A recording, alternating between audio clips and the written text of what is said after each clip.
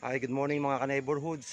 Let us welcome 2021 by doing physical activities. So, samahan niyo ako mag-jogging.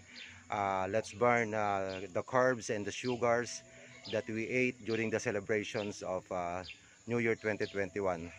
So, we could be physically fit and healthy to face the challenges of 2021.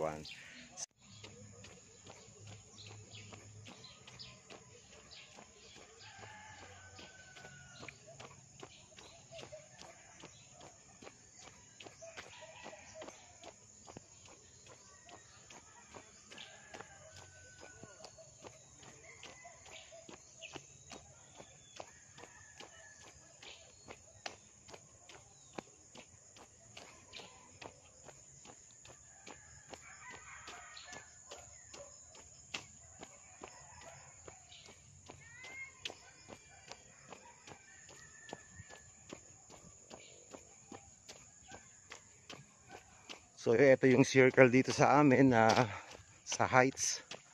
Ah, wala pang masyado mga nakatira dito kaya very fresh ang air dito, maraming oxygen. So yan, dito ako nag-iikot, nagja-jogging. Minsan may mga kasabay, may mga nagja-jogging din, nagbabike. Yan, so paikot-ikot lang tayo mga 10 hanggang kaya natin pang tumakbo.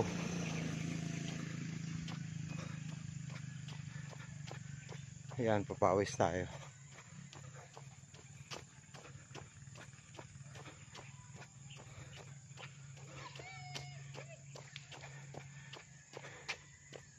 Yan, so doon may mga nag-selfie. Yan.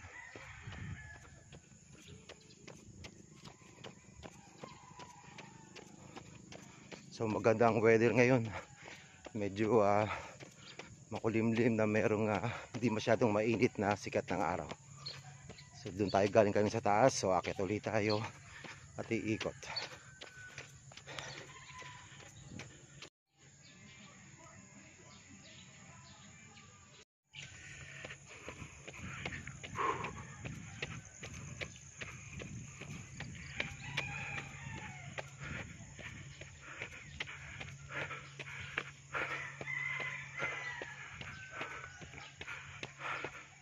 So dito mag-akit baba ka lang dito sa taas. Papawisan ka talaga. Mga ilang akit baba lang talaga. Tagak-takang pawis po. So katulad kong mayroong diabetes, so kailangan talagang pinapawisan.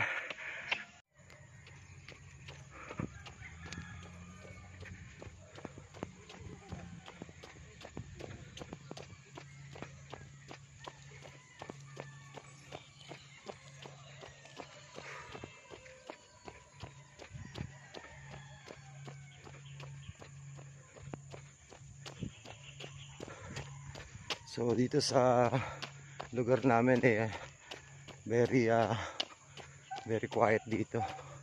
Talagang tahimik. Saka ayan, may mga nagja-jogging, naglalakad. Talagang fresh ang air kasi mapuno.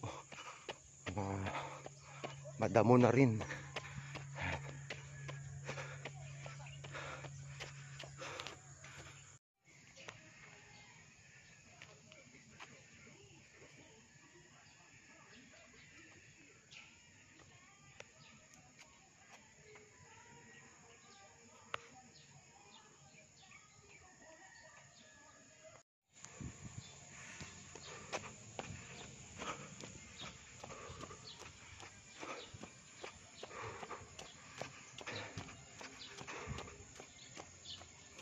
Yan, very refreshing na mag-jogging dito kasi talagang fresh ang air, malamig ang hangin, at saka yan, luntian, lots of greens.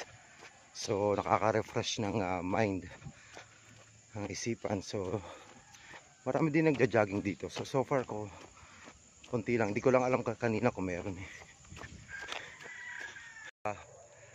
alagaan nyo ang health ninyo. If you have time na makapagpapawis, exercise, do it. you need to help yourself para maging healthy kayo, and we can face the challenges of this year 2021.